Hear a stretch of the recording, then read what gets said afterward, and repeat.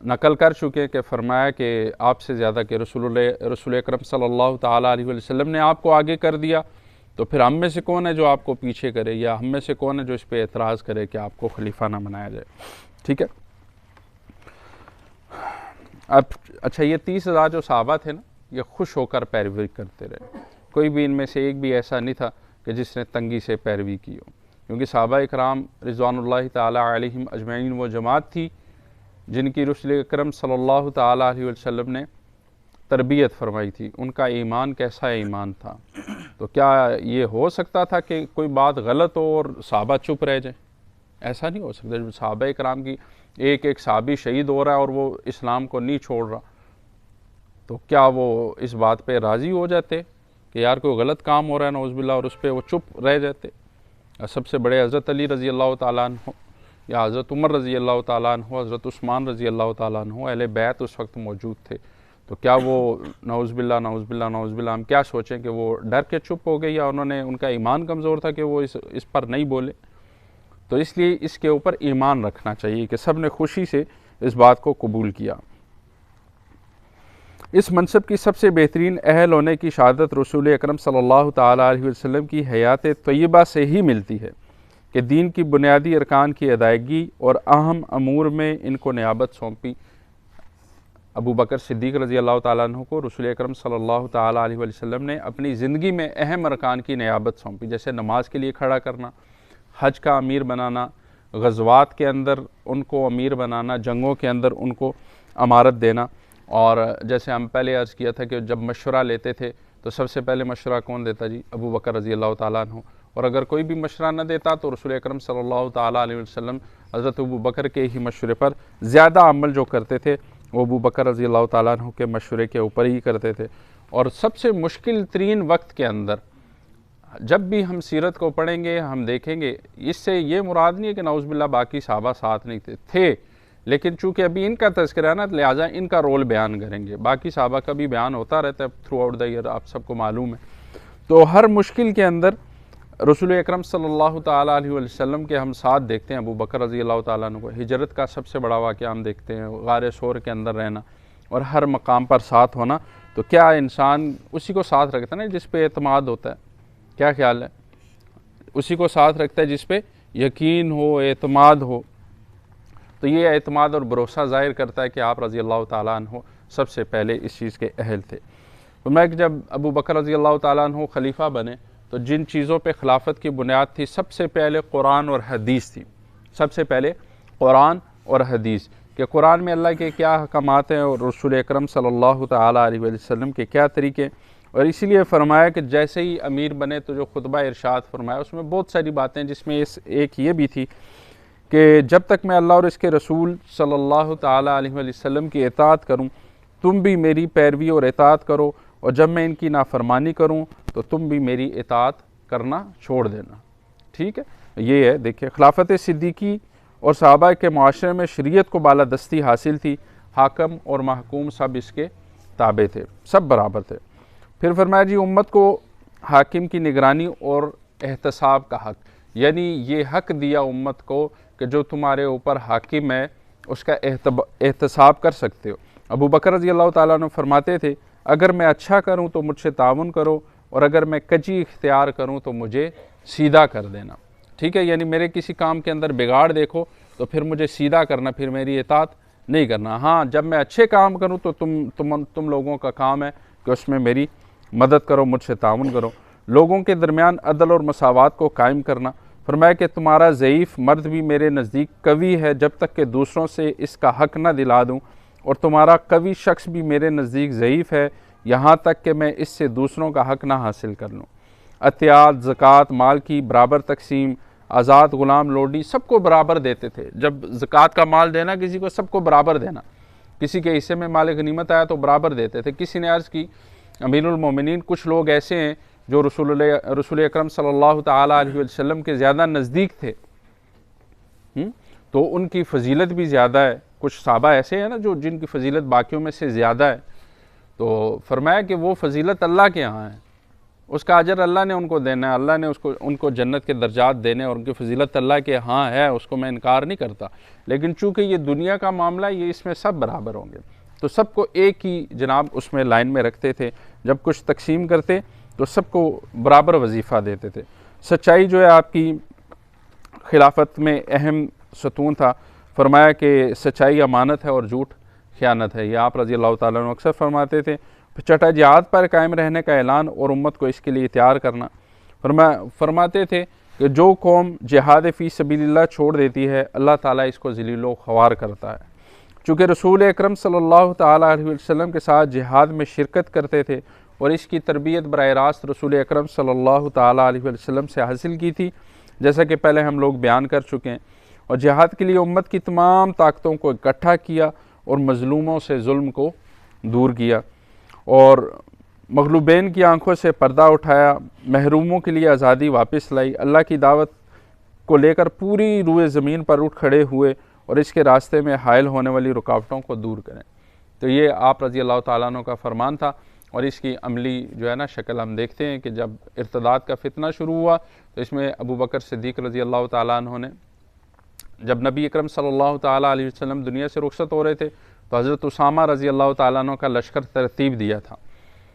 حضرت اسامہ رضی اللہ تعالیٰ عنہ کی عمر 18 سال تھی، تو کچھ لوگوں نے عرض کی کہ ان کی عمر کم عمر ہے، تو ابھی رسول اکرم صلی اللہ تعالیٰ علیہ وسلم دنیا سے رخصت ہو گئے، اب سب کو پتہ چل گئے رسول اللہ صلی اللہ تعالیٰ علیہ وسلم دنیا سے تشریف لے گئے، اب تو لوگ اور قوی ہوں گے، چونکہ نبی کے ساتھ اللہ کی مدد ہوتی ہے۔ آپ صلی اللہ تعالیٰ علیہ وسلم نے ارشاد فرمایا جس کا مفہوم ہے کہ اللہ نے میری جو ہے نا میرا رعب دشمنوں کے اوپر ڈال رکھا ہے۔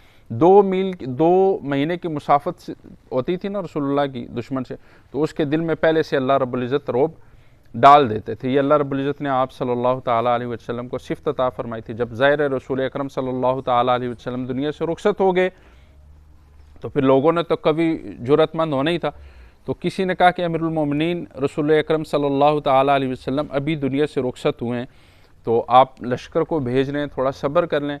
فرمایا کہ نہیں۔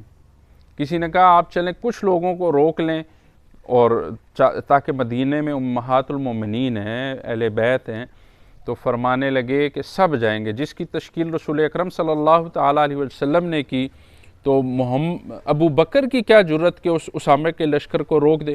اسامہ کا لشکر ضرور روانہ ہوگا جیسے رسول اللہ صلی اللہ تعالیٰ علیہ وسلم نے چاہا، اور میں یہ بات تو پسند کر سکتا ہوں، یہ میں برداشت کر سکتا ہوں کہ مدینے میں کوئی نہ ہو، حتیٰ کہ جنگل سے درندے آئیں، امہات المومنین کو، مسلمانوں کی خواتین کو، یہ آپ کے ارشاد کا مفہوم ہے، ان کو قتل کر دیا جائے، ان کی لاشوں کو مدینے کی گلیوں میں درندے گھسیٹتے پھریں، ابو بکر یہ برداشت کر سکتا ہے، لیکن اللہ کے دین کے اندر کمی آئے، ابو بکر اس کو برداشت نہیں کر سکتا، یہ ہو ہی نہیں سکتا۔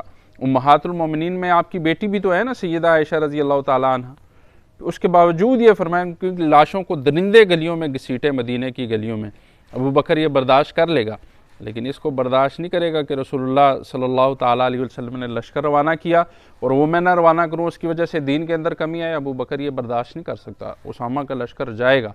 پھر فرمایا وہ جو لشکر کشی ہوئی نا، کفار نے کہا یار، ان کے دل کے اندر پھر سے رعب بیٹھ گیا کہ تو یہ صرف رسول اللہ صلی اللہ تعالیٰ علیہ وسلم کی وجہ سے ہم ان کے ساتھ مدد نہیں تھی، یہ تو ابھی بھی وہی ہیں۔ تو پھر فوراً اللہ رب العزت نے نا ان ساری باتوں کو آپ رضی اللہ تعالیٰ عنہ کے ذریعے سے کور کیا، ٹھیک ہے۔ فواحش کے خلاف اعلان جنگ، یعنی فحش کی جمع ہے، یعنی گندی باتیں، بری باتیں، بے حیائی کے خلاف آپ رضی اللہ تعالیٰ عنہ نے بہت اقدامات کیے اپنی حکومت کے اندر۔ فرماتے تھے کہ جس قوم میں بدکاری پھیل جاتی ہے اللہ اس کو مصیبت میں مبتلا کر دیتا ہے۔ امت کی قیام و اخلاق کی حفاظت کے لیے کھڑے ہو کے، ٹھیک ہے، کہ امت کے اخلاق، اعلیٰ اخلاق یہی ہوتے ہیں نا، ایک اخلاق اچھے ہوتے ہیں، ایک برے اخلاق ہوتے ہیں، ٹھیک ہے۔ برے اخلاق میں یہ بھی آتا ہے کہ انسان فحش میں مبتلا ہو جائے، بدکاری میں مبتلا ہو جائے، ٹھیک ہے، فحش باتوں کے اندر، برے کاموں کے اندر مبتلا ہو، اس کے خلاف کھڑے ہو، اور اپنی سیاست میں امت کی طہارت و پاکی کا ظاہری و باطنی فواہش سے اس کو دور رکھنے کا اہتمام فرمایا۔ نہ صرف ظاہری بلکہ باطنی طور پہ بھی امت کے لیے اس چیز کا اہتمام کیا کہ وہ ان برائیوں سے دور رہیں۔ اب یہ چھوٹی چھوٹی باتیں، یہ ایک جملے میں شاید آپ کو سمجھ نہ آ رہی ہوں، لیکن اس کی تفصیل بہت لمبی ہے۔ اب ایک ٹاپک ہے، اس کے 250-300 صفحات ہیں، جو اگلا آنے والا ہے ہمارا ٹاپک، تو پھر یہ کیسے تھوڑے سے مختصر وقت میں کیسے سمجھ آئے؟ تو اس لیے کوشش کیا کریں کہ ساتھ خود بھی سمجھ لیں، ذہن پہ زور ڈالیں۔ پھر داخلی امور جو تھے حکومت کو چلانے کے لیے، اس کے لیے تقرریاں کی، جس میں امین امت کے امین یعنی ابو عبیدہ بن جراح رضی اللہ تعالیٰ عنہ کو وزیر مالیات اور بیت المال مقرر کیا۔ امین تھے، امین الامت کا لقب تھا ان کا یہ کہ امانت دار، تو ان کو مال کے اوپر امین بنایا، ٹھیک ہے، وہ وزارت ان کو دی۔ عمر رضی اللہ تعالیٰ عنہ کو وزارت عدل دی، اور زید بن ثابت رضی اللہ تعالیٰ عنہ کو وزارت مواصلات اور ڈاک، یعنی جو خطوط اور دوسرے ملکوں سے تعلقات جو ہیں اس کو یہ دیکھتے تھے زید بن ثابت، اور علی رضی اللہ تعالیٰ عنہ کو اپنی مجلس میں رکھتے تھے۔ یہ ان کی دیکھیں محبت کی کتنی نشانی ہے۔ لوگ کس قسم کی بکواس کرتے ہیں کہ صحابہ اکرام کے آپس میں اس طرح، تو اس اپنے ذہن کو اس سے پاک رکھنا ہے۔ ان کو اپنی مجلس کے اندر رکھتے تھے ہر وقت، ٹھیک ہے، علی رضی اللہ تعالیٰ عنہ کو۔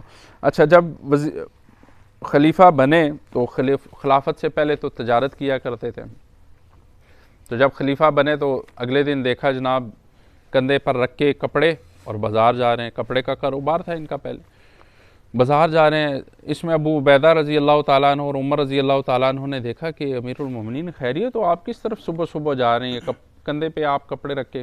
کہا کہ میں بازار جا رہا ہوں اپنی تجارت کرنے کے لیے۔ کہا آپ تو خلیفۃ الرسول ہیں، تو کہا تو کیا میں پھر کھاؤں پیوں گا کہاں سے؟ اسباب ہے نا تجارت کے۔ تو فرمایا اگر آپ وہ کریں گے تو پھر امت کی یہ خلافت کو کون دیکھے گا، اس منصب کو کون دیکھے گا؟ پھر انہوں نے مشورہ کیا کہ آپ کو آپ اس کاروبار کو چھوڑیں، ہم آپ کا وظیفہ مقرر کرتے ہیں۔ پوچھا گیا کتنا وظیفہ ہونا چاہیے؟ تو کہا جی چلو اتنا مقرر کر دو جتنا ایک عام مزدور کا، کہ اگر اس میں آپ کا گزارا نہ ہو سکا کہ جس میں جتنا مزدور کا ہے وظیفہ، تو فرمانے لگے کہ پھر ہم مزدور کا وظیفہ بڑھائیں گے۔ ظاہر ہے اگر ہمارا گزارا نہیں ہو رہا تو اس کا مزدور کا کیسے ہو رہا ہے بھائی؟ تو وظیفہ میرا وہی ہوگا جو مزدور کا وظیفہ ہوگا، ٹھیک ہے۔ وہ پھر ہم واقعہ پڑھتے بھی ہیں کہ ایک بار گھر میں دیکھا کہ بیگم نے کہا کہ کوئی میٹھی چیز کھائیں گے، کہا جی میٹھی چیز تو پھر وظیفہ تو ہمیں یہی ملتا ہے، تو بیگم نے کہا کہ ہم تھوڑا تھوڑا بچائیں گے۔ تو جب انہوں نے کہا جی یہ بچ گیا، اتنا اکٹھا ہو گیا کہ اس کو بیچ کر ہم کوئی چیزیں لا کر میٹھی چیز بنا سکتے ہیں، تو کہا دے دو، شاباش۔ لے گئے بیت المال میں جا کے کہا کہ یہ جتنا میں وظیفہ لیتا ہوں نا اس میں سے اتنی مقدار مائنس کر دو۔ یہ ظاہر کرتا ہے کہ اس کے بغیر اگر ہم اتنی بچت کر کے ہمارا گزارا ہو گیا اتنا عرصہ، تو اس سے مراد یہ کہ یہ فالتو آ رہا ہے ہمیں، اس کے بغیر بھی ہمارا گزارا ہو سکتا ہے، اس کو لہٰذا میرے وظیفے میں سے اتنی چیز کو آپ کم کر دیں۔ مزدور کے وظیفے میں سے بھی اگلے کیا کر رہے ہیں؟ کم کر رہے ہیں۔ جب عمر رضی اللہ تعالیٰ عنہ کا واقعہ پڑھا ہے نا یہاں پہ کہ وہ کسی نے کہا کہ جناب آپ تو بڑی تنگی میں، تو کیا خیال ہے ہم آپ کا وظیفہ بڑھائیں؟ تو فرمانے لگے کہ اگر مجھے یہ پتہ چل جاتا نا کہ یہ مشورہ کن لوگوں نے دیا ہے کہ عمر کا وظیفہ بڑھاؤ، تو میں ان کو ایسی سزا دیتا کہ ان کے چہرے بدل جاتے، یعنی شدید سزا دیتا، نشان پڑ جاتے چہرے پہ۔ تو کیوں؟ اس لیے کہ رسول اکرم صلی اللہ تعالیٰ علیہ وسلم بھی اتنی تنگی میں چلے گئے، اور ابو بکر رضی اللہ تعالیٰ عنہ بھی اتنی تنگی میں زندگی گزار کے چلے گئے، لیکن کامیاب ہو کر گئے۔ اب تم چاہتے ہو کہ وہ دو تو کامیاب ہو کر چلے گئے، لیکن میں اپنے وظائف بڑھا کے اور سہولیات لے کے تو اللہ نہ کرے کہ میں دنیا سے ناکام ہو کے جاؤں، ایسا نہیں ہے۔ تو ان کی حضرت عمر رضی اللہ تعالیٰ عنہ کی بات سے بھی یہ معلوم ہوتا ہے۔ سیدہ عائشہ رضی اللہ تعالیٰ عنہ، جیسے ہم نے سٹارٹ میں پڑھا تھا کہ وہ روایت فرماتی ہیں جس کا مفہوم ہے کہ جب میرے ابا جان دنیا سے رخصت ہوئے تو کچھ بھی چھوڑ چھاڑ کے، کوئی درہم کوئی دینار کچھ بھی چھوڑ کر نہیں گئے۔ تو یہ وہ ہیں جو خلیفہ بنے ہیں، پہلے خلیفہ۔ اس کے اگر آپ اس وقت دیکھیں کہ آج دنیا کے اندر جو ہمارے خلیفہ ہیں، اللہ معاف کرے، خلیفہ تو نہیں ہے جو، لیکن ہمارے جناب اوپر کے لوگ ہیں عہدوں پر بیٹھے ہوئے، کیسے آتے ہیں، جب حکومت میں آتے ہیں تو کیسے کانگڑی ہوتے ہیں، اور جب جناب جاتے ہیں تو کروڑوں پتی اربوں پتی، صرف اپنے ملک میں نہیں بیرون ملک میں بھی جناب اتنے اکاؤنٹ اور فلاں اکاؤنٹ اور اتنی جائیداد اور سب کچھ۔ تو یہ وہ خلیفہ ہیں کہ جن کی زندگیاں ہمیں پڑھنے کی ضرورت ہے۔ ان کو ہم پڑھیں گے تو ہمیں پتہ چلے گا کہ بھائی جان اسلام کیا اور امانت کیا چیز ہوتی ہے، اور دوسرے کی امانت کی انسان کیسے خیال کرتا ہے۔ خلیفہ ہونے کے باوجود بھی کیا کہہ رہے ہیں کہ مزدور سے بھی کم کر دیا نا اپنے عمل پہ، کہ اگر امیر المومنین گزارا نہ ہوا تو پھر کیا کریں گے کہ جی مزدور کی تنخواہ بڑھائیں گے، لیکن رکھا کس کے برابر؟ مزدور کے برابر، اور اس میں سے بھی جا کر کہا کہ جناب اتنا حصہ آپ ہمارے وظیفے میں سے کیا کرو جی مائنس کرو، کہ اس کے بغیر ہمارا گزارا ہو سکتا ہے۔ یہ عملی طور پہ ثابت ہو گیا۔ تو بھائی جان ان کی زندگی کو پڑھنا، صحابہ اکرام سے محبت کرنا، اپنے بچوں کو اس کا درس دینا، ان کا تذکرہ کرنا، یہ بھی دین ہی کی بات ہے۔ صحابہ اکرام جیسے اللہ رب العزت نے نبی کو چنا، ایسے ہی نبی کے ساتھیوں کو چنا۔ ایک دیکھیں، ایک روایت کے اندر آتا ہے نا کہ رسول اکرم صلی اللہ